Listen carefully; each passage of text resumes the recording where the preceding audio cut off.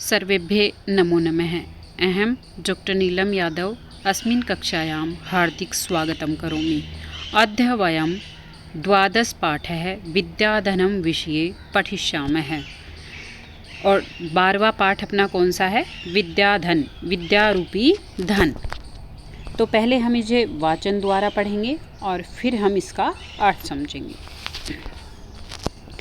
न चोरहार्यं न च राजहार्यं न भ्रातृभाज्यं न च भारकारी विकृते वृधत्त एव नित्यं विद्याधनं सर्वधन प्रधानम।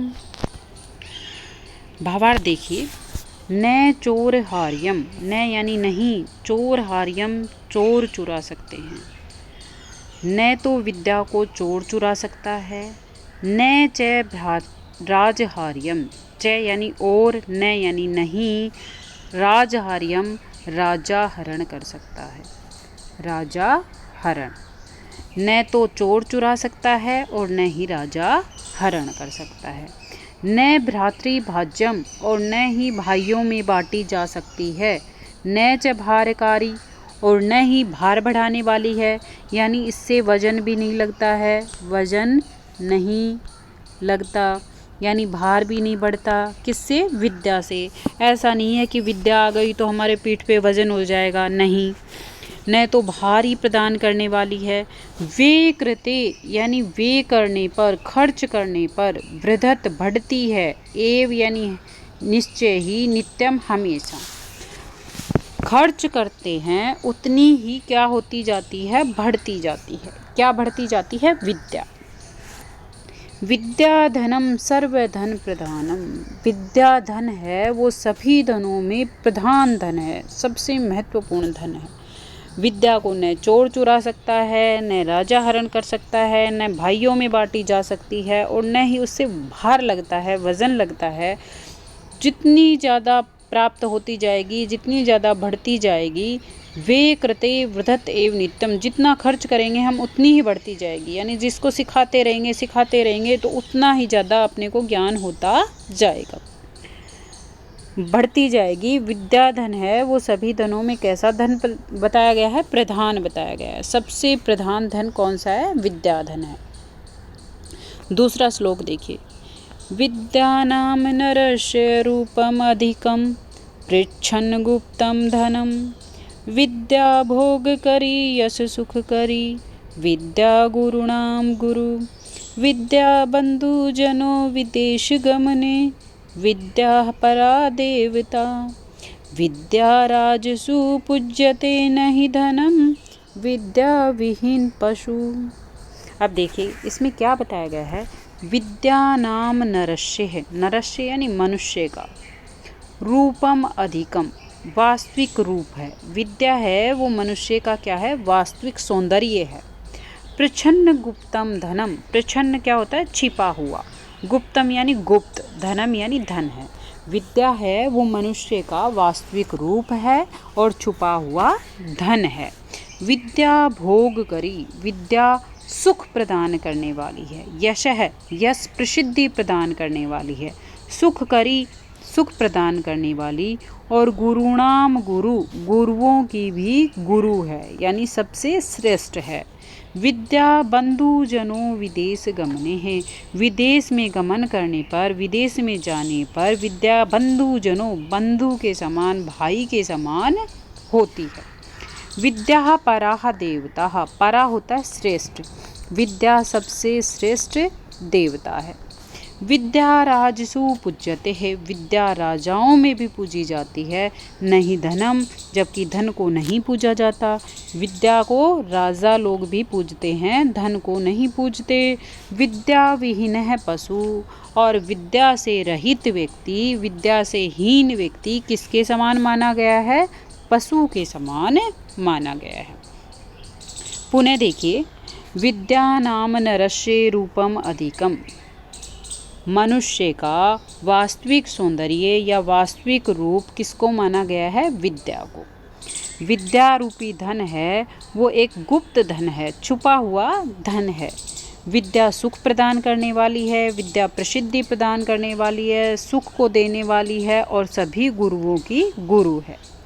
विदेश में जाने पर विद्या बंधुजन के समान होती है, यानी भाई के समान सहायता प्रदान करती है। विद्या परा देवता, और विद्या सबसे श्रेष्ठ देवता माना गया है। विद्या राजसु पूज्यते है, विद्या राजाओं में पूजी जाती है। नहीं धनम, लेकिन धन नहीं पूजा जाता। विद्या विहीन पशु, और विद्या से विहीन मनुष्य पशु के समान होता है। अब देखिए श्लोक नंबर 3, पहले वाचन करते हैं। केयूरान विभूषयन्ति पुरुषं हारान चंद्रोज्ज्वलः, न स्नानं न विलेपनं न कुसुमं नालंकृता मूर्धजा, वान्नेका समलंकरोति पुरुषं या संस्कृता धार्यते, क्षीयन्ते अखिलभूषणानि सततं वाक्भूषणं भूषणम्। अब देखिए इसमें क्या बताया गया है। केयूर, केयूर होते हैं बाजूबंद, जो बाजुओं पर बांधते हैं, बाजूबंद। न विभूषयन्ति, न यानी नहीं, विभूषयन्ति विभूषित होते हैं। बाजूबंद हैं वो विभूषित नहीं होते हैं। पुरुषम मनुष्य के, हारा न चंद्रोज्ज्वला, न ही हार और न चंद्रोज्ज्वला यानी चंद्रमा के समान चमकदार हार भी मनुष्य को विभूषित नहीं होते हैं। न स्नानम न विलेपनम, न स्नान करने, न विलेपनम यानी लेप लगाने से, न कुसुमम अलंकृता, कुसुमम फूल, अलंकृता सजाने से, मूर्धजा, मूर्धजा क्या होते हैं, बाल या चोटी, यानी चोटी पर फूल लगाना या बालों को सजाने से भी। वाण्य का समलंकरोति, वाण्य का, वाणी योगधन एकहा, वाणी योगधन एका यानी एक वाणी ही है जो समलंकरोति अच्छी तरह से सुशोभित होती है। पुरुषम मनुष्य को, या संस्कृता धार्यते है जो संस्कार युक्त, धार्यते धारण की जाती है, यानी ऐसी वाणी जो संस्कार से युक्त होती है, जो धारण की जाती है, वही एक वाणी अच्छी तरीके से सुशोभित होती है। क्षीयन्ते अखिल भूषणानि, क्षीयन्ते नष्ट हो जाते हैं, अखिल यानी सारे, भूषणानि यानी आभूषण, और सारी बाकी सारी आभूषण क्या हो जाते हैं, नष्ट हो जाते हैं। सततम निरंतर, वाक भूषणम भूषणम, लेकिन वाणी रूपी आभूषण हमेशा आभूषण रहता है, वो कभी भी नष्ट नहीं होता, उसकी चमक कभी भी नष्ट नहीं होती। बाकी सारे आभूषणों की चमक नष्ट हो जाती है। केयूर यानी बाजूबंद, पुनः देखिए। केयूराहा न विभूषयन्ति ही, बाजूबंद हैं वो सुशोभित नहीं होते हैं। पुरुषाहा मनुष्य के, न ही चंद्रमा रूपी उज्ज्वल हार सुशोभित होते हैं, न स्नान करने से वो सुशोभित लगते हैं, न किसी प्रकार का लेप करने से, न बालों में यानी चोटी में फूल लगाने से सुशोभित अलंकृत होते हैं। केवल संस्कार युक्त वाणी है वही एक क्या करती है, समलंकरोति सुशोभित करती है। बाकी सारे आभूषण तो क्या हो जाते हैं, क्षीयन्ते है अखिल भूषणानि, बाकी सारे आभूषण तो नष्ट हो जाते हैं। सततम वाग भूषणम भूषणम, लेकिन वाणी ऐसा आभूषण है जो कभी नष्ट नहीं होता। फिर देखिए अगला क्या है, विद्या नाम नरस, ये पुनः पढ़ते हैं। विद्या नाम नरस्य कीर्तिर अतुलः, भाग्यक्षये च आश्रय, धेनु कामदुग्धारतिश्च विरहे, नेत्रं तृतीयं च सा, सत्कारायतनं कुलस्य महिमा रत्नैर्विना भूषणं, तस्माद् अन्यस्यम् उपेक्ष्य सर्वविषयं विद्याधिकारं कुरु। इसमें क्या बताया गया है, देखिए। विद्या नाम नरस्य कीर्ति अतुलः भाग्य अक्षये चाश्रय, इसमें बताया गया है नरस्य मनुष्य के, विद्या विद्या कीर्तिम अतुला बहुत अधिक प्रसिद्धि प्रदान करती है। मनुष्य को विद्या क्या प्रदान करती है? बहुत ज़्यादा कीर्ति या प्रसिद्धि प्राप्त करती है। भाग्य अक्षय और भाग्य के अक्षय होने पर यानी भाग्य के नष्ट होने पर, अच्छे दिन बीत जाने पर आश्रय है यानी और आश्रय सहारा प्रदान करती है, उसको आश्रय प्रदान करती है। यानी भाग्य नष्ट होने पर क्या प्रदान करती है? आसरा प्रदान करती है। कौन? विद्या। धेनु काम दुहा रतिश्च। काम दुहा क्या होता है? इच्छानुसार फल देने, जिसे हम कामधेनु गाय बोलते हैं, जो मनवांछित फल प्रदान करती है। तो इच्छा अनुसार गाय के समान, जो इच्छानुसार फल देने वाली है, उस गाय के समान है। रतिश्चय और प्रेम करने वाली है। विरहे विरह में प्रेम प्रदान कौन करने वाली है? विद्या। नेत्रम तृतीयश्चैसा और वह विद्या तीसरी नेत्र के समान मानी गई है। सत्कारायतनम कुलस्य है। सत्कारायतन सम्मान का केंद्र होती है। कुलस्य कुल में, और कुल में सम्मान का केंद्र या समूह होती है। कुलस्य महिमा और कुल की महिमा होती है। कौन? विद्या। रत्नैर्विना भूषणम, जो रत्नों के बिना ही रत्नों से रहित होने पर भी भूषणम बहुत अधिक, रत्नैर्विना भूषणम अत्यधिक विभूषित होती है, जो रत्नों के बिना भी विभूषित होती है। तस्माद् अन्यस्य उपेक्षे। तस्मात् योगधन अन्यस्य, इसका संधि विच्छेद करेंगे तो क्या हो जाएगा? तस्मात् यानी उसे, अन्यस्य अन्य को, अन्यम योगधन उपेक्षे, तो इसलिए दूसरे सब कुछ की उपेक्षा करके, दूसरे सब कुछ को छोड़कर, सर्व विषयम सब विषयों को, विद्या अधिकारम कुरु, विद्या पर अधिकार करो, यानी बाकी सब छोड़ करके विद्या प्राप्त करो। मनुष्य को विद्या प्राप्त करने से क्या क्या होता है? देखो, अतुल कीर्ति प्राप्त होती है, भाग्य अक्षय हो जाता है तो उसको आश्रय प्रदान करती है, इच्छानुसार फल देने वाली होती है, विरह में प्रेम करने वाली होती है, तृतीय नेत्र के समान होती है, और सम्मान का केंद्र होती है। कुल और महिमा का केंद्र, कुलस्य महिमा, कुल की महिमा, और कुल की महिमा में क्या होती है? सम्मान का एक प्रमुख समूह होता है। रत्नेर विना भूषणम, और रत्नों के बिना विभूषित होती है। इसलिए सब कुछ छोड़कर हमें क्या प्राप्त करनी चाहिए? विद्या प्राप्त करनी चाहिए। अब हम आते हैं शब्दार्थ पर। शब्दार्थ देखिए, चोरहार्यम चोरों के द्वारा चुराने योग्य, राजहार्यम राजा के द्वारा छीनने योग्य, भ्रातृभाज्यम भाइयों के द्वारा बांटने योग्य, भारकारी भार बढ़ाने वाली, प्रच्छन्न गुप्तम अत्यधिक गुप्त, भोगकरी भोग का साधन उपलब्ध कराने वाली, परा सबसे बड़ी यानी श्रेष्ठ, राजसु राजाओं में, केयूरा बाजूबंद। अब देखिए आगे, केयूरा के आगे,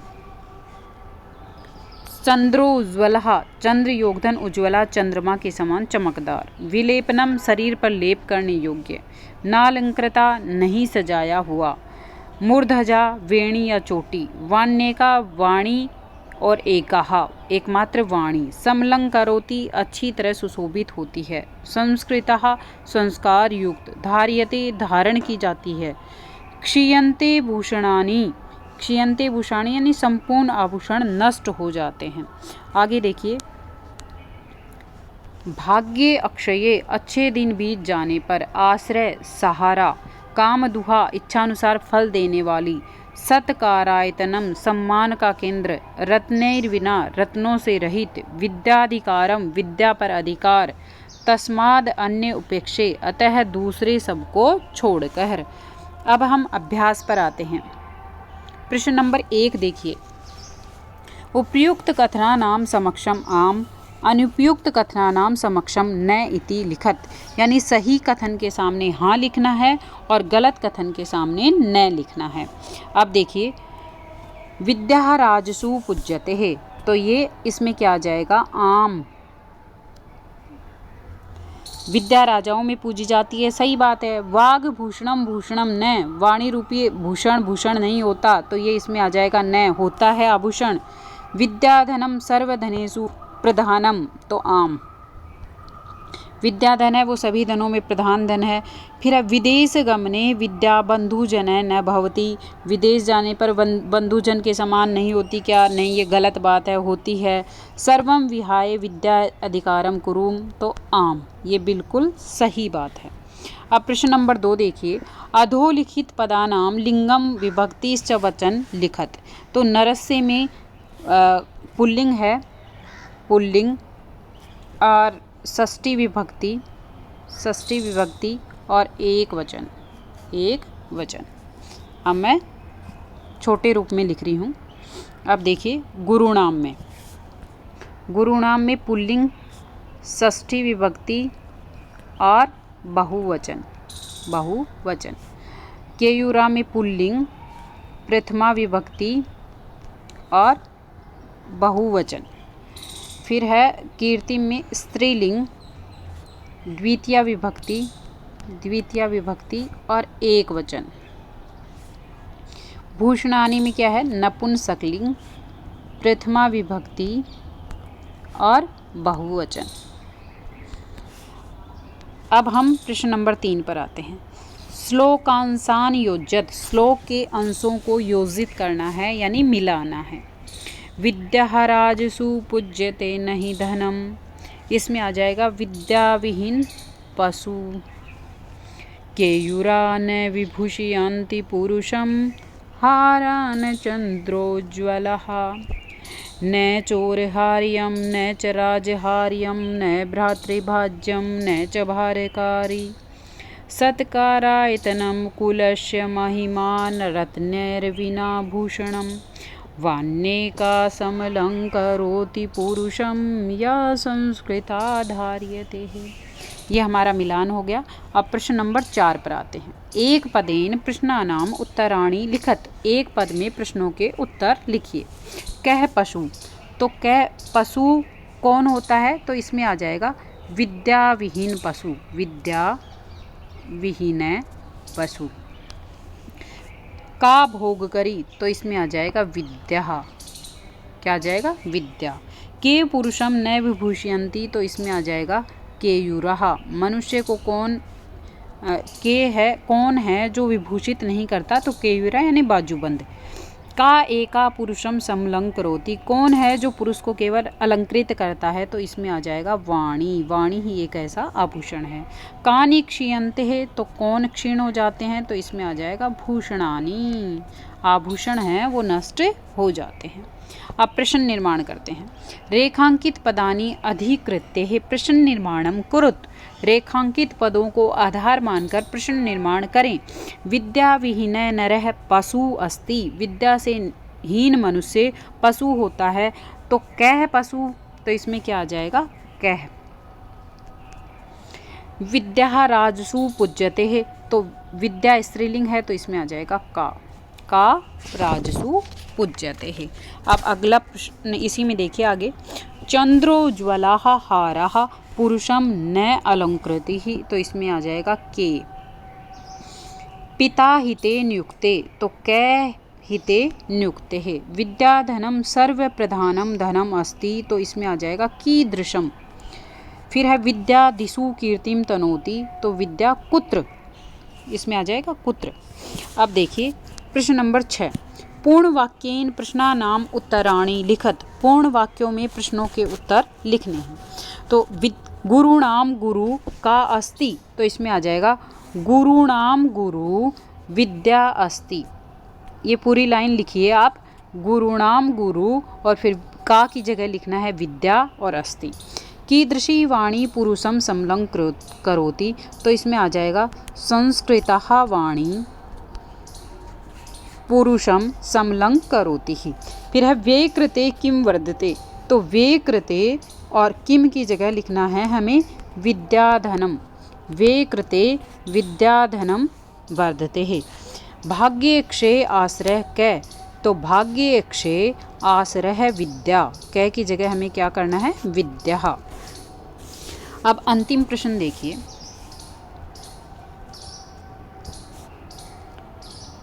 पुल्लिंग, स्त्रीलिंग, नपुंसकलिंग।